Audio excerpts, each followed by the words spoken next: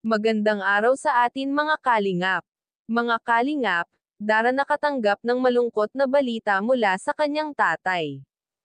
Ano kaya ito? Pero bago po yan mga kalingap, kung bago pa lamang kayo sa channel ko, baka naman po pwedeng pa-like and subscribe my channel para lagi po kayong updated sa aking videos. At kung pwede sana patapusin muna natin ang video na ito para alam natin ang nilalaman nito, at huwag din po natin kalimutan mga kalingap na pakisuportahan ang ama ng kalingap na si Val Santos Matubang at Kalingap Rob Matubang, pati na rin ang viewers na laging sumusuporta sa aking channel at reactioners. Maraming salamat po. Mga kalingap, tatay ni Dara napatawag daw ito. Bakit kaya? Tumawag daw ito si Tatay Domingo kay Dara para kumustahin ang kalagayan ng dalawang magkapatid.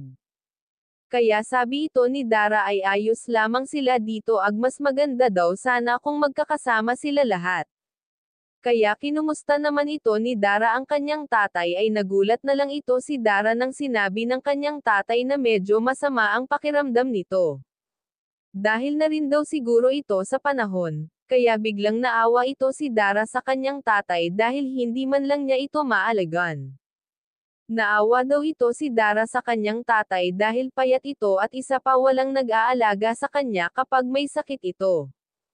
Kahit hindi daw ito masyado nakakasama ni Dara ang kanyang tatay, ay syempre bilang isang anak ay naiintindihan daw niya ito kung bakit ginagawa ito ng kanyang tatay na magtrabaho ng malayo.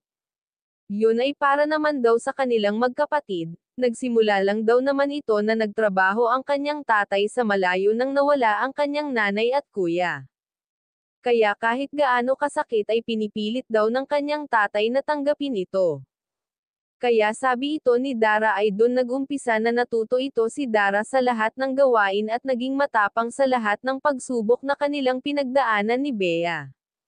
Kaya laking pagpapasalamat daw ito ni Dara dahil ang Team Kalingap ang binigay ng Diyos na naging daan para mabago ang kanilang buhay. Kaya nagpasalamat din ito sa lahat ng sponsor at tumulong sa kanila para mabago ang buhay nila ngayon. Kaya sabi ito ni Kuya Rob ay isa si Dara sa hinangaan ng sobra ni Kuya Rob at naawa siya sa kanilang kalagayan. Kaya sabi ni Kuya Rob deserve talaga nila na matulungan sila. Kaya mga kalingap, hanggang dito na lamang po ang update natin para kay Dara at Bea. Maraming salamat po. Thank you for watching and God bless us all.